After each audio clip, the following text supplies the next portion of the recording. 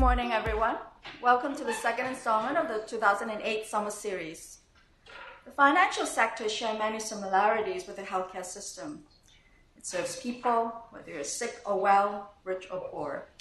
There's lots of complexity with what we do, huge amount of data, need for accuracy, efficiency, confidentiality, service, and quality.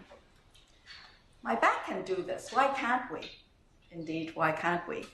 Joining us this morning are thought leaders in the banking industry from Scotiabank, Matt Wettlaufer, Vice President of Lean and Robotics, and Andrew Szabo, Director of Smart Automation and Workforce Management. They're here to show us how AI is transforming the banking and financial sector and what lessons we can learn and take away for our practice. Welcome.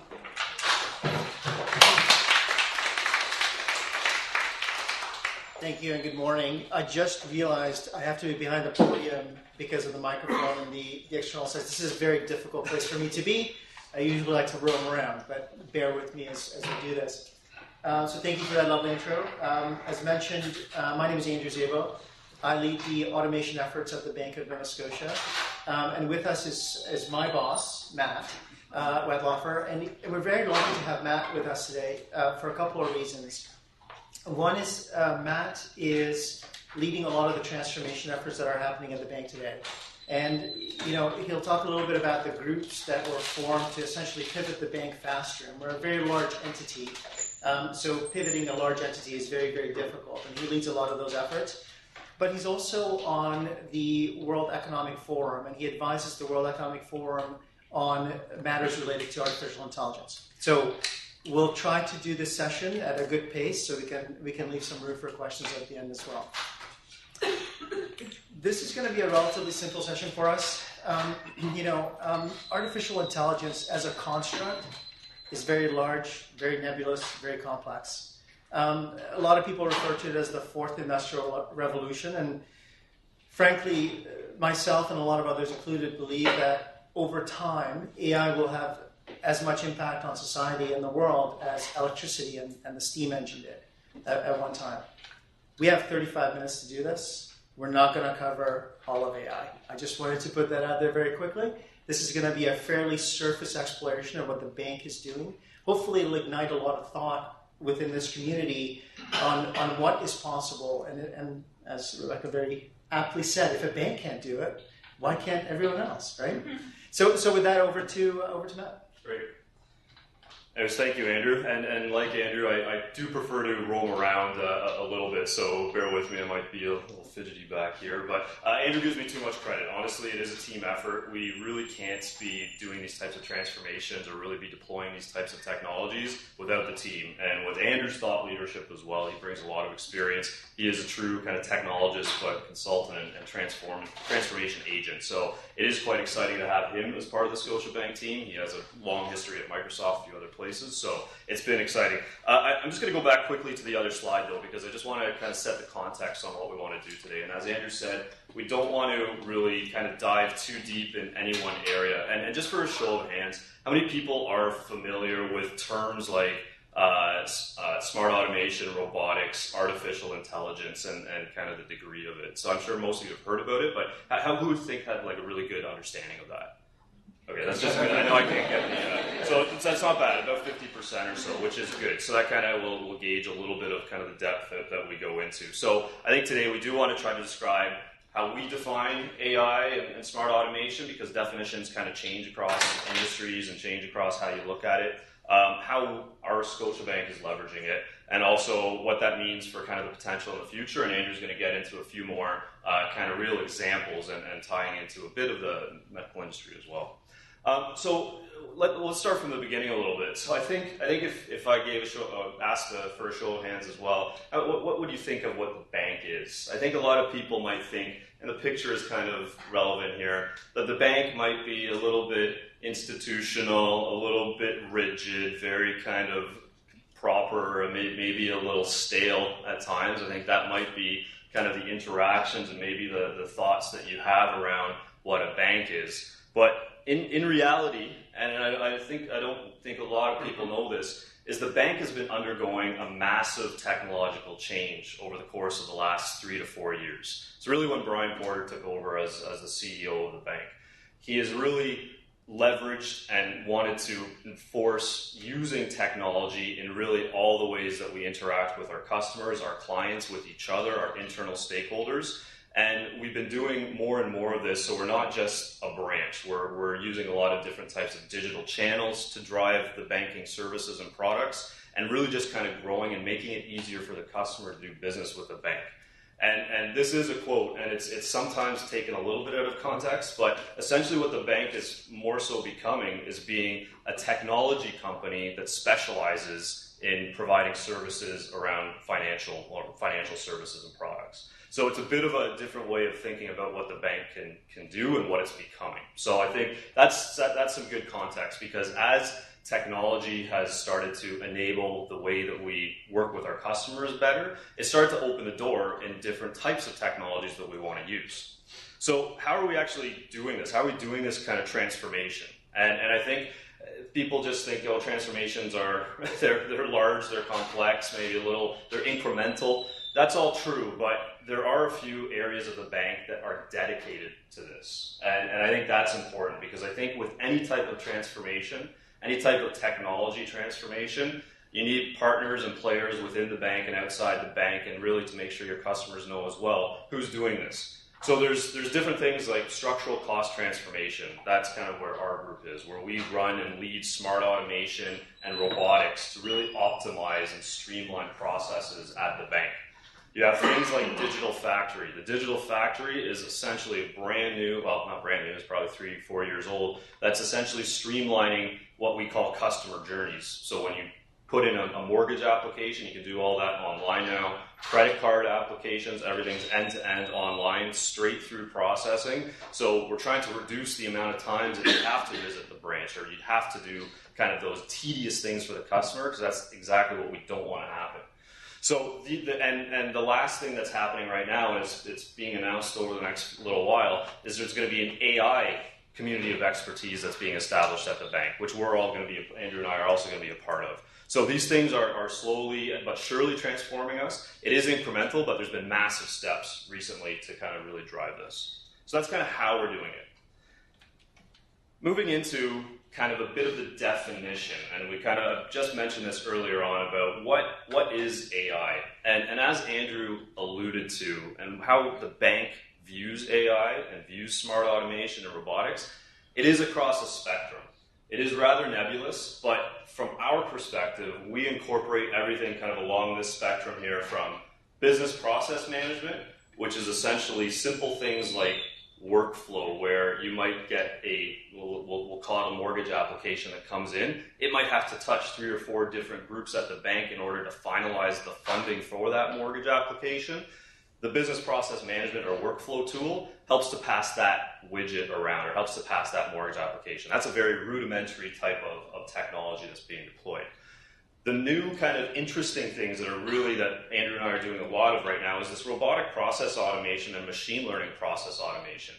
These things, robotic process automation is essentially a piece of software that mimics what a person can do to a point.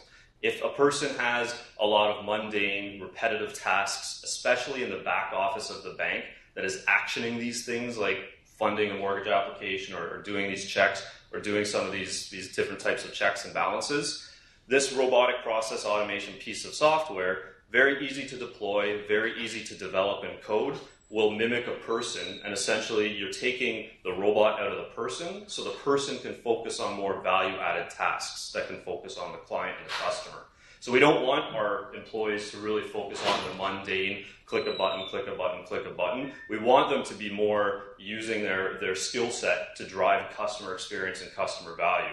So the robotic process automation is helping them to take away kind of those mundane types of tasks. And there's tons and tons of processes at the bank, just because the bank has so much legacy in it, that this is a very important and a very transformational type of activity. Machine learning process automation, we have a demo at the end, a 2-minute little video to show you exactly what that means, and I'll get into that a little bit more. And then all the way to the spectrum of artificial intelligence. Now, artificial intelligence really incorporates kind of these three big areas. These are all different types of artificial intelligence, but don't get scared about the terminology of artificial intelligence. It's really anything that starts to bring a bit of a cognitive or a bit of a thinking type of perspective behind the software, behind the technology. Everyone uses artificial intelligence today in their day-to-day work, or in their day-to-day lives. With a quick example of artificial intelligence might be the autopilot in a plane landing. Planes can typically land themselves these days. That is driven by an artificial intelligence engine. Or your self-driving cars that you're seeing a lot today. That's very kind of the where we're going with that artificial intelligence piece. But other types of artificial intelligence that you may not have heard much more about is kind of machine learning. You see this all the time as well in the Google algorithm in terms of when you're just searching for things. There's a machine learning algorithm behind Google to essentially learn better in terms of how to bring you better search results. Or if you're shopping on Amazon, you always see the different types of ads that pop up for stuff that you bought. That's a machine learning algorithm. That's just something that you use in your day-to-day life. Deep learning, this is one that's kind of coming a little bit more and more, and Andrew has a couple more examples. But deep learning is really when you're utilizing almost like neural networks and very complex types of data sets to come up with outcomes on those data sets. So for an example, facial recognition, speech recognition, your Siris and your Alexas, really to understand all of that. That really is driven off deep learning types of engines. So that's kind of the nebulous of the AI. So if you look at kind of the spectrum of what we're working on, everything from business process management to machine learning process automation, and then in a whole other category around artificial intelligence, which encompasses this, there's a lot to do and a lot of application and a lot of opportunity at the bank. So with that, the last slide, let's turn it over to you. But I did forget to say, how do we continuously improve upon ourselves for making sure that we know what's coming in the industry next? We kind of use these 4 or 5 different areas where we really try to kind of continuously improve ourselves in terms of technology learnings. Academic partnerships, things like with U of T, with Queen's, educating the bank. We try to have as many kind of folks from different types of fintechs come in that have different types of technologies that we try to leverage for applications in the bank. But the most important is talent. And talent is really, we're trying to refresh some of our capabilities and skill sets at the bank to leverage and know how to look for these types of opportunities that utilize AI, machine learning, robotic process automation. So there is a talent shift at the bank as well, and that's what's most important and what we're trying to drive. And finally, I'll turn it over to Andrew that's going to chat a little bit more about some of the specifics and examples around AI and smart automation. Awesome. Thank you, Matt. So hopefully that gave you a little bit of a good context. By the way, one of the things I loved about that, one of the first slides when you show the old bank or the regular bank, if you go downtown to the branches, Matt and I were just talking about the fact that we're both feel very uncomfortable not wearing ties today. So we still wear ties at the bank, just so you're aware. So before I get into these details, and you can read them for yourself, some of them are astonishing. Who here knows what an exabyte is? Or how many zeros? Well, all right. So a low percentage of the population here. And that's okay. That's okay. I couldn't tell you how many zeros are in an exabyte.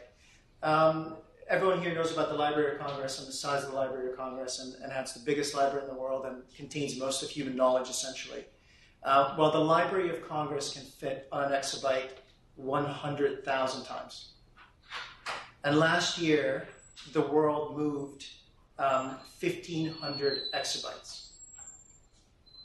So that's just data that we all consumed. That's 150 million times the Library of Congress. So just to give you a bit of context, it helped me visualize sort of the amount of data that we consume every day. But I think the first point here is super important. By the way, when we're talking about AI, it's all about the data. And I'll tell you about other sort of feeding factors into artificial intelligence that are now here. So artificial intelligence is not a future state, it's a reality now. And really the key ingredient to it is the data piece. But this blows me away. 90% of all data created in human history was created in the past 24 months. And something like 95% of all human data ever was created over the past 5 years. I mean, I'll just pause there for a second. I mean, that, to me, that's astonishing. And I know a lot of you are researchers, and you understand what that means in terms of the volume in itself. We have close to 400 million humans joining the internet every single year. That's a big number. The rest of the data here is broken down by minute because that's a concept I can understand. And frankly, some of the numbers are huge. The last one actually is my favorite, which is we stream approximately 70,000 hours of Netflix per minute globally. So I hope these numbers are starting to give you a feel for the fact that we live in a time of data where data is just becoming more and more persuasive. And if I were to take it into the context of a branch, just again in banking terms, you may have had a person in a branch 15 years ago that has seen every single mortgage go through for the past 20 years. And they would have been able to see patterns. And they would have been able to know whether that person can pay that mortgage or not pay that mortgage, what category they fit in, and so forth. And they became the expert at knowing how to best adjudicate a mortgage that came into a branch. Well, given this crush of data, there's no way a human brain can keep up. Like it's impossible now. It's well beyond human brains to comprehend these large data sets. And this is where some of the technologies that Matt mentioned that I will dive into just a tiny, tiny bit come in very, very handily. Again, the world that we live in today is so intensive on the data side that we have to use these machines. And this is the impetus for change as far as I'm concerned, because we now have essentially data to extrapolate where we can't actually manage it anymore. So we thought about how to best answer some of the main questions around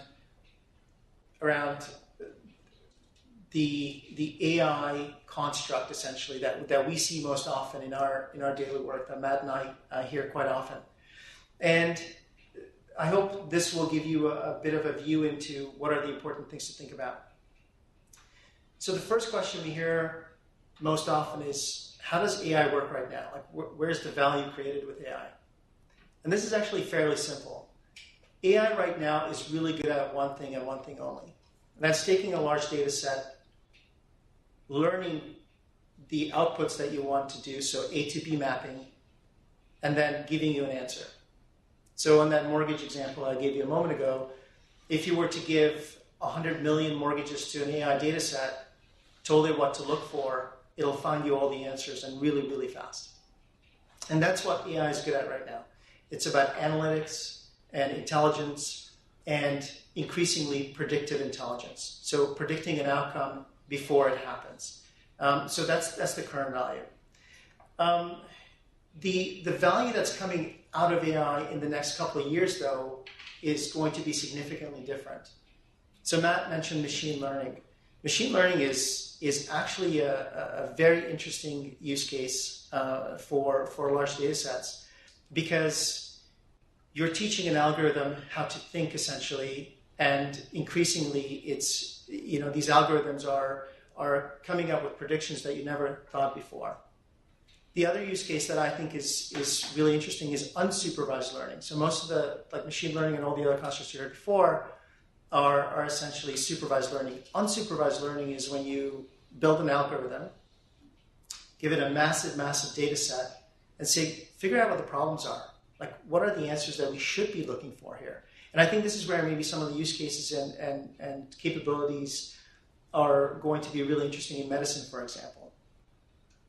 And there's also a couple other modes around these learning capabilities that I think we haven't even thought about yet. But to me, the unsupervised learning is going to be the biggest move in the next couple of years. Let me just see if I missed anything else.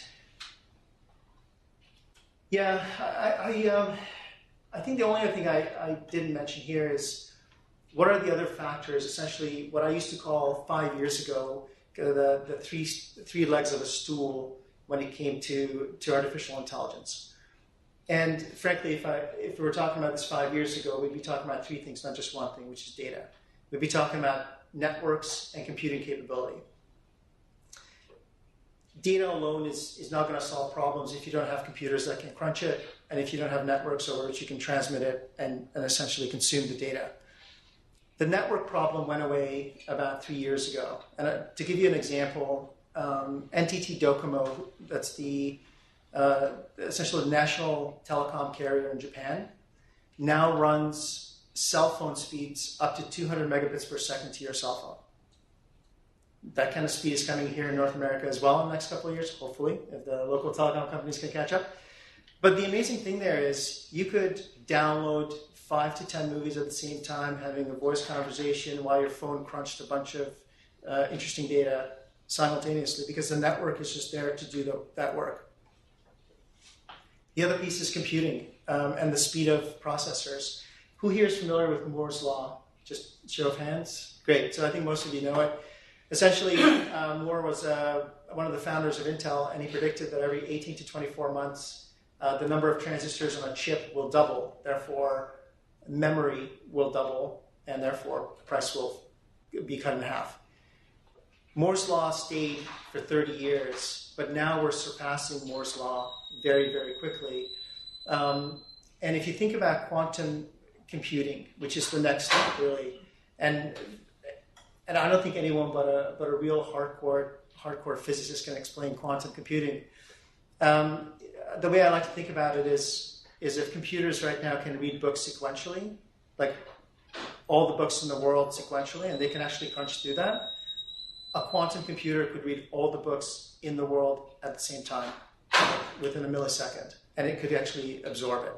So the speed of transistors, and that's actually not transistors anymore, the speed of computing power and processing has gotten to the kind of level where it's become moot, essentially, when it comes to artificial intelligence. So again, the real factor you have to think about is the data and the data sets and the availability of those things.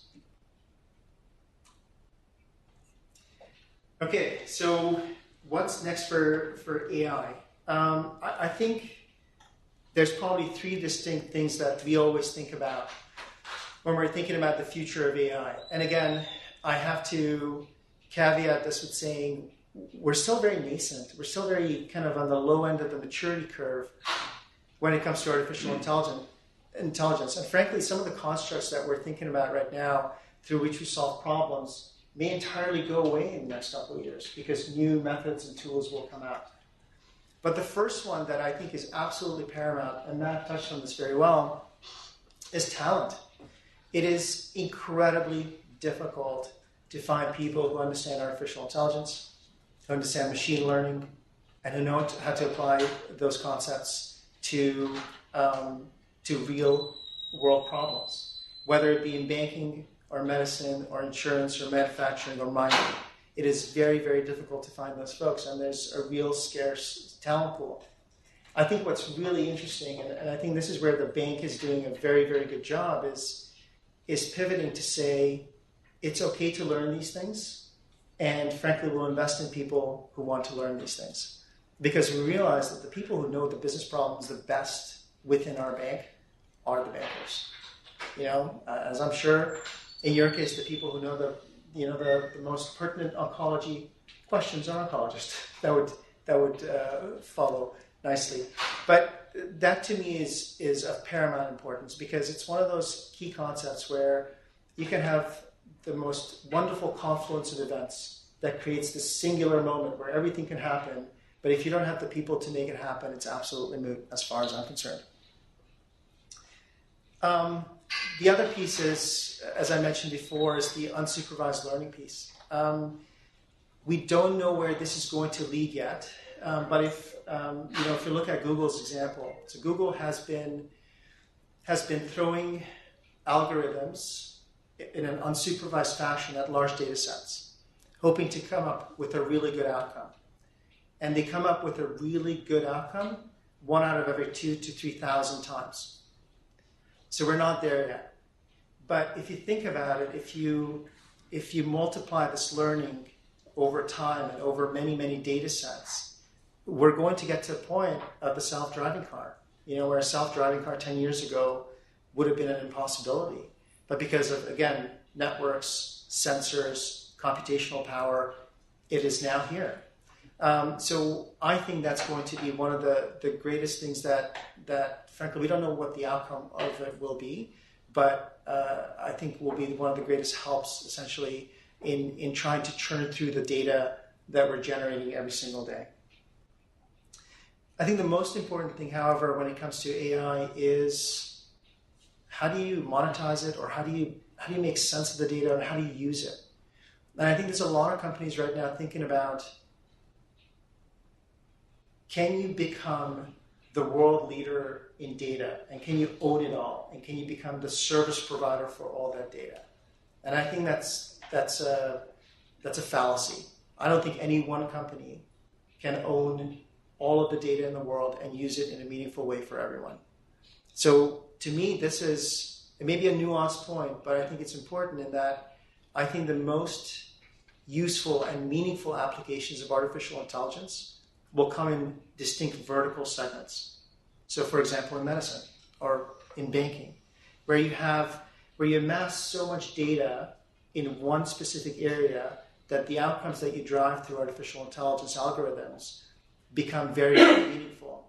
The way I like to think about it is it's like gunpowder. You can have a little pile of it here and you can light it and it goes puff. But if you have a big pile of it and you light it all at once, it goes bang, right? And I think that's sort of the analogy to data. The more data you have in a very specific field, that's where the value creation is going to come from in the future. Okay? So, the bank has engaged on a lot of different fronts when it comes to artificial intelligence. And I think what's really important to think about here is, and I'll just give you 6 examples here that are fairly easy. When we essentially dug into the big machine that is Scotiabank, we found dozens and dozens and dozens of groups that are working on this and at speed. I think, one of the things that surfaced for me as I was thinking about the types of partnerships that we have, the type of talent we're trying to attract or build within the bank, the types of processes that we touch, what's become apparent to me is we're experimenting. And I think that's a key concept when it comes to new technologies like this. You have to experiment. You can't necessarily, put everything on red or black and hope that it sticks. You have to think about the many nuanced facets of how you use the data and how you actually create value out of it. And so for us right now, and I think for many of our peers in banking, it's about experimentation. It's about throwing these either simple, as in robotic process automation, or complex, as in machine learning and artificial intelligence, capabilities at problems and data sets, and seeing if we can fix something with it. See if we can come up with new ways of thinking. See if we can come up with questions we never thought about before, and see if it creates material value for our constituents, our customers and our shareholders. The one thing that really jumps out at me on this page that I absolutely loved and I wanted to make sure we had up here is the bottom left corner, where an AI assistant screens incoming trade agreements. And I know that may seem a very, very dry topic to you, but on these trade agreements, they could be hundreds of pages long. If you change one word, either will owe you money versus you owe us money kind of deal. And those are big numbers that we're talking about and a lot of volume. And we have an AI helper, essentially, that can look at a trade and say, you know what, actually, these are the 2 things that changed in it. So you don't have to, as a trader, you don't have to look through hundreds of pages, or dozens of pages even. And you typically have a short attention span if you're in that world. You just have to look at the exceptions. And I think managing by exceptions is a very important part of what we call human in the loop, which is having the artificial intelligence do something that's meaningful, but still having a human check it and work with the construct and make a decision, essentially, potentially on multiple facets of a problem. The interesting thing here is, as well, and Matt mentioned this, is the academic partnerships. And we do this for a bunch of different reasons. For us, a lot of these partnerships represent not just, let's say, one kick at the can at AI, but potentially dozens a year, because we'll have events and competitions where students will build constructs around artificial intelligence and the bank's problems with very low funding costs, essentially. So it's a really good test and learn environment for us, as well as a wonderful place to nurture talent that can come into the bank later on. I wanted to call out some of the partnerships that we have, and very frankly, this has been very difficult to call, because if you look at the partners that the bank has built in the space, there are literally hundreds, and we have an entire team that interacts with us, and they sit in our digital factory that Matt mentioned earlier. Their entire job is to find these companies. Sometimes there are 5 people, sometimes there are 100, and we try to extract value from those companies and figure out where they could fit in the very large ecosystem that is the bank. You can see some of the thinking is around customer, it's around natural language processing, which frankly I think is going to be a very interesting area as well, especially in a place like a bank where there's a lot of interactions over the phone still.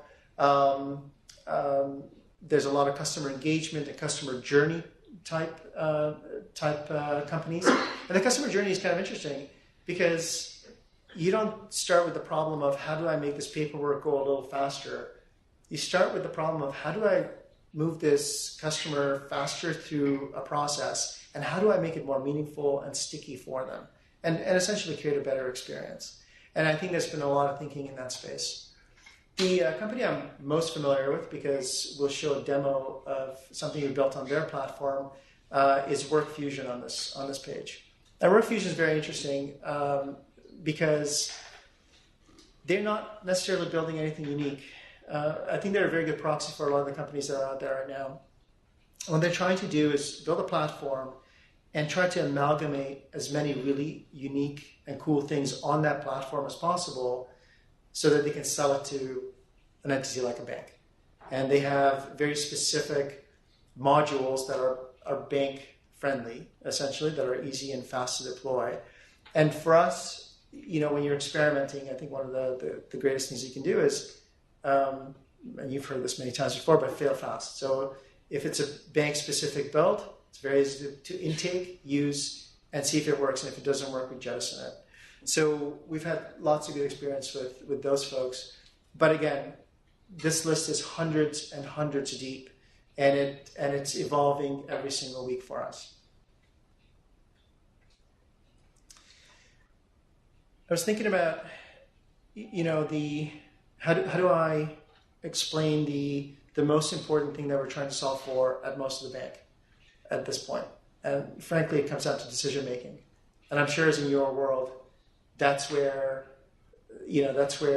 a lot of time and effort is spent, is trying to make better decisions that are faster, but are not hindered by speed, essentially. And for us, these partnerships are really about driving to outcomes and results for partners within the bank where they can make better and faster decisions and improve their businesses in their regular operations. What's really interesting here too is we have a lot of receptivity from the bank. Like, people want to do this. I've yet to encounter anyone really that's pushed back and said, you know what? Yeah, artificial intelligence is for the birds. I really don't want to talk about it. It's one of those things that I find to be a bit of a door opener in any conversation, and people are extremely receptive and they want to hear about it, and they want to figure out the fastest way to go. The interesting thing too is we often have to slow people down because their enthusiasm overcomes the capabilities that exist today, and their enthusiasm overcomes the realities of what the bank can do in terms of throughput. But that's the biggest problem that we're solving for right now. So, I know it looks like a black screen. It's actually a video. I'll play it for you in a second. But to tee it up, we wanted to show you an example of machine learning, because you can talk about the cerebral interface, but if you don't see it in action, it's kind of difficult to fathom. So this is a build that we just recently, about a month and a half ago, put into our mortgage operations unit. And what it is two things. It's machine learning and robotic process automation. Just to describe what's happening here, we have a large mortgage unit that gets mail from insurance companies. And those insurance companies are telling the bank whether a mortgage is insured, whether it's a new mortgage insurance, whether it's a cancellation, or whether it's a renewal. Those are the three modes of operation. And right now, we get 500,000 pieces of mail a year. It goes to a big room where there's a ton of people just opening mail and making piles of stacks of insurance letters that get smaller and smaller as they go to the next person and the next person and the next person, until they get to an operator that inputs them manually into the bank system. And if you're thinking about it, it's a silly process. You have an insurance company that has digital information. They turn it into analog, put it in the mail, send it to the bank, where we redigitize it. I mean, it's a waste of time and frankly effort as far as we're concerned. So we built essentially a process where a machine learning algorithm looks at the incoming mail, identifies the fields, figures out what the letter is saying. And there's many different formats because insurance companies just want to put, an account number on the top left or the bottom right or whatever they're feeling like that week. And so we need an algorithm that can read a letter essentially, and then kick off a robot that can do the rest of the processing on the back end of the system. So this is the quick demo of that.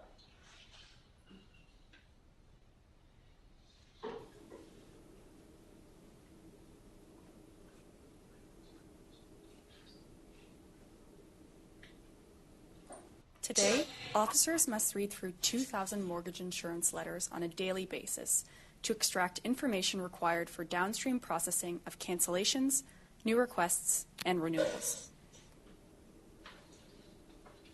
These mock-up letters show how the location of key information varies by insurance provider and request type. There are over 500 variations of insurance requests from 175 insurance providers. The machine learning engine has been trained to recognize key fields. Based on just a few hundred letters, the algorithm already recognizes over 70% of the fields.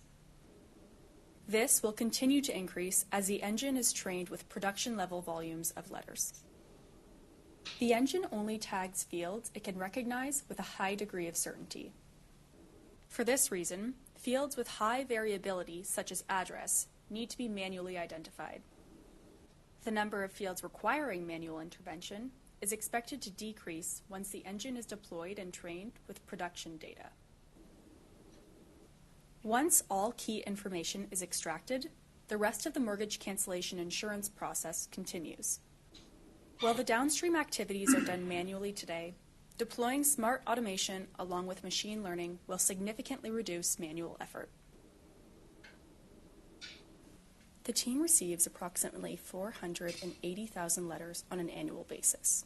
The machine learning engine matches letter fields with a 74% accuracy rate today. With the addition of smart automation, total processing time will be reduced by 77%, from 7.5 minutes to just 1 minute and 45 seconds per letter. So hopefully that was a good example of automation in action. And frankly, a lot of the concepts we talked about earlier today were in the background of that process, especially on the machine learning side. So, big caveat here, we're not healthcare professionals, we're bankers. But even a cursory search around AI and medicine will tell you that the applications in medicine are absolutely tremendous. And there's companies out there spending billions and billions and billions of dollars to make your lives easier, better, faster, stronger. The three that really jumped out at me are here, but again, a lot of this is around parsing large amounts of data, whether it's data in a spreadsheet type format or image data. Engines are becoming more and more sophisticated in detecting, identifying, and recommending solutions. And frankly, on the oncology side, the number two example there on IBM's Watson, Watson is looking at quite a few hospitals around the world and patient data. And again, we talked a little bit about verticalization of data is where it's really at. Like that's the value engine of going forward.